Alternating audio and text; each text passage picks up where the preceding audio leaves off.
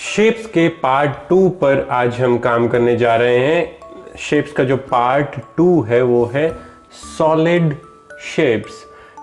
Solid shapes कौन सी होती हैं, किस प्रकार से उनका फॉर्मेशन होता है, वो हम आज की क्लास में जानेंगे।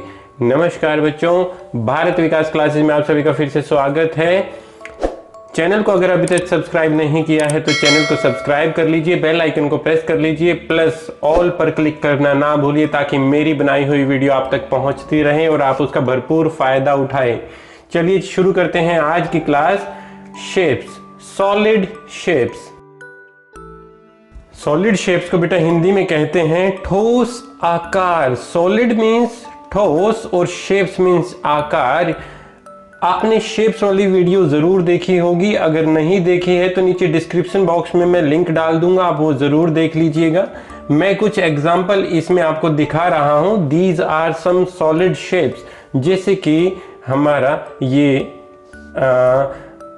अगर 2 डायमेंशनल की बात करें तो एक सर्कल जैसा दिख रहा है, ये कुछ ट्रायंगल्स को मिलकर एक शेप बनी है, ये कुछ स्क्वायर्स को मिलाकर ये शेप बनी है, ये एक कोन की शेप है और ये भी अलग प्रकार की शेप है। ये मैं आपको पूरी वीडियो के साथ बताऊंगा, वीडियो को पूरा जरूर देखिएगा बेटा। चलो शुरू करते हैं स्फीयर के साथ। स्फीयर क्या होता है बेटा?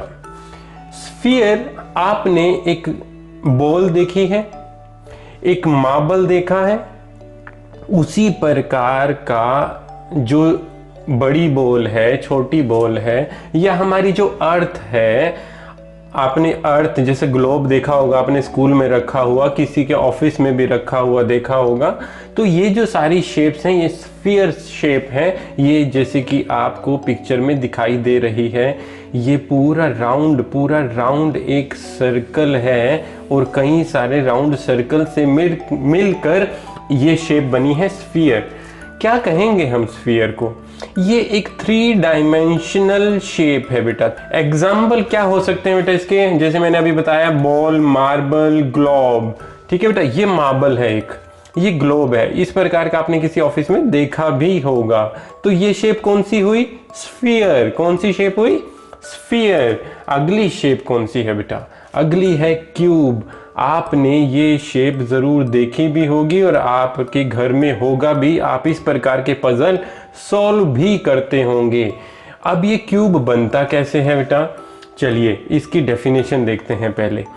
ये भी एक 3 डायमेंशनल सॉलिड शेप है जिसमें हम 6 स्क्वायर फेसेस को यूज करते हैं।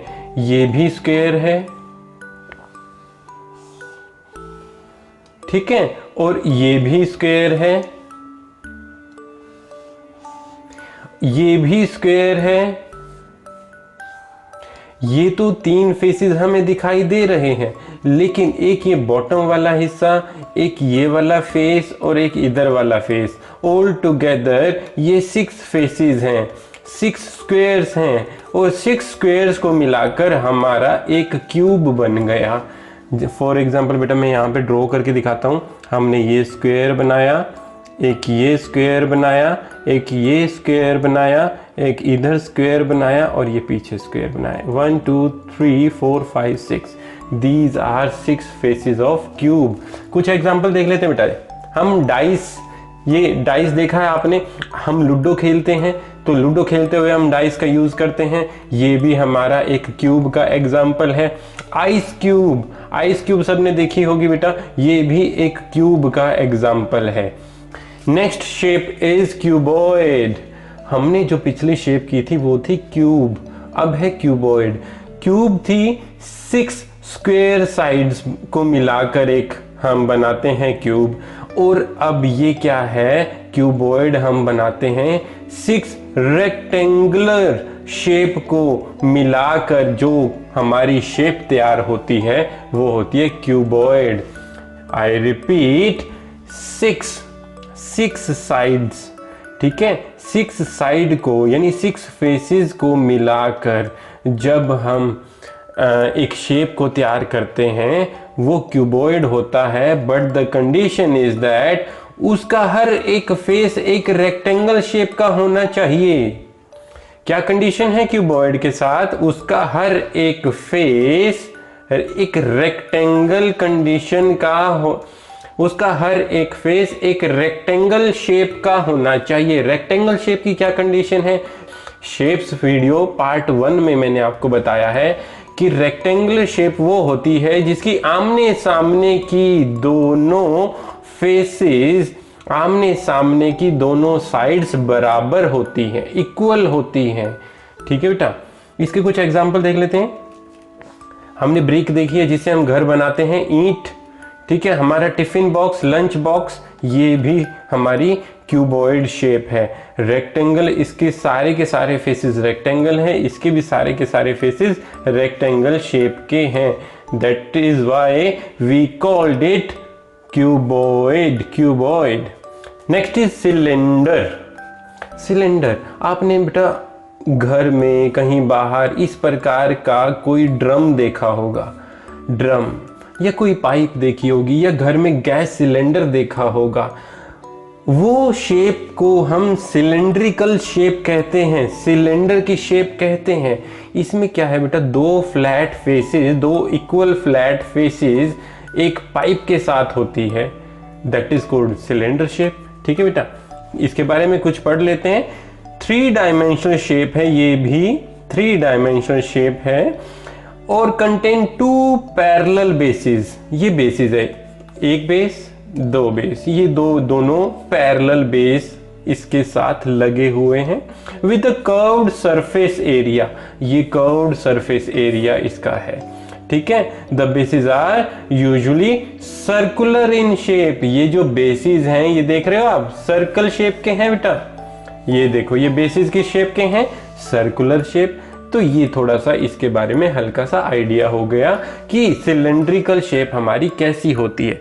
सर्कुलर शेप के बेस होते हैं और पैरेलल उनके कर्व्ड सरफेस एरिया होता है। ये सरफेस एरिया यानी ये वाला एरिया, सिंपल भाषा में हम समझेंगे, ये वाला एरिया इसका कौन सा होता है? Surface area. कुछ एग्जांपल देख लेते हैं बेटा सिलेंडर के। आपने पानी का गिलास देखा है घर में, कांच का गिलास ले लेना, कोई भी लेना, जो भी गोल शेप में है और उसका फ्लैट सरफेस है दोनों तरफ से, हियर एंड फ्रॉम हियर। ये पानी का गिलास भी सिलेंड्रिकल शेप है। ये पाइप, घरों में जो पाइप्स बिछती हैं, जो हम नए घर बनाते हैं उनमें पाइपलाइन बिछाते हैं, these all pipes are cylindrical shape. ठीक है बेटा, next is cone. I think आपका फेवरेट शेप ये होगा, कारण आपने देखा बेटा इसका एक सरफेस तो फ्लैट है, दूसरा एक पॉइंट पे, एक बिंदु पे आके मिलता है। ठीक है, इस शेप को, ऐसी कोई भी शेप जिसका एक सर्कुलर फ्लैट बेस होता है और एंड में आकर वो एक पॉइंट पर मिल जाता है। सर्कुलर फ्लैट बेस एंड में आके एक पॉइंट पर मिल जाए, वो कौन सी शेप? कोन की shape. A cone is a 3 dimensional shape, narrow smoothly from a flat base. Flat base से धीरे धीरे स्मूथली वो नैरो होती जाती है और एंड में एक पॉइंट पर आकर मिल जाती है। उस शेप को हम क्या कहेंगे? कोन। एग्जाम्पल देखते हैं बेटा। हाँ, आप देखते ही पहचान गए होंगे, आइसक्रीम कोन। इसीलिए मैं कह रहा था कि आपकी ये फेवरेट शेप होगी। ये आपने देखे होंगे ऑब्स्टेकल्स, जब भी हमारी रोड कंस्ट्रक्ट हो रही होती है या रोड पे कोई बैरियर लगाने हैं तो इस प्रकार के ऑब्स्टेकल लगाए जाते हैं ताकि लोगों को पता लग जाए कि यहाँ पे कुछ ना कुछ गड़बड़ है, हमें यहाँ से ध्यान से निकलना है। So this is also cone shape. अगली शेप करते हैं बेटा, पिरामिड शेप। होपफुली आपने ये शेप अभी तक शायद ना भी देखी हो, जिसने देखी है वो पहचान भी गया होगा।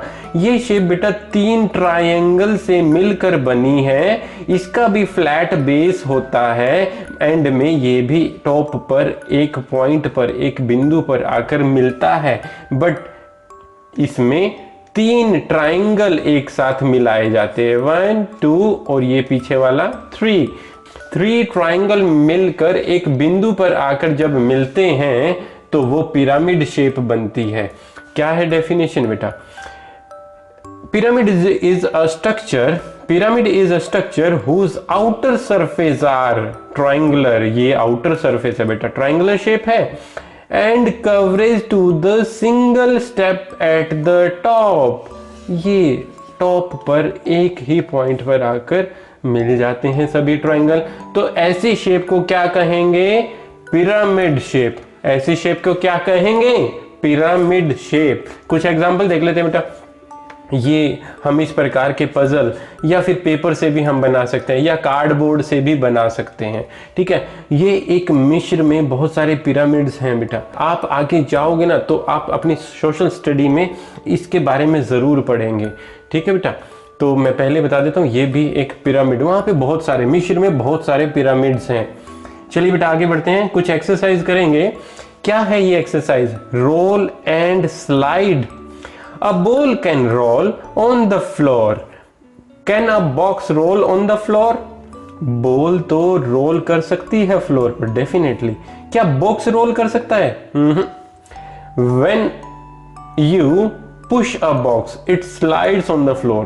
जब हम बॉक्स को पुश करते हैं, पुश धक्का देते हैं तो वो स्लाइड करता है, ठीक है। आपको टिक करना है शेप पर जो कि रोल करेगी स्लाइड पर। हमारे पास कुछ शेप्स होंगी बेटा, हमें ये जानना है कि कौन सी शेप रोल करेगी और कौन सी शेप स्लाइड करेगी। उस पर सिर्फ रोल जो करेगी उस शेप पर हमें टिक करना है, ठीक है बेटा। चलिए, ये है हमारा स्लाइडर। इस प्रकार के झूले पे हम स्लाइड करते हैं पार्क में जाकर, राइट। अब हमें देखना है कि शेप कौन सी स्लाइड करेगी और कौन सी रोल करेगी। सबसे पहले हम करते हैं बॉल के साथ।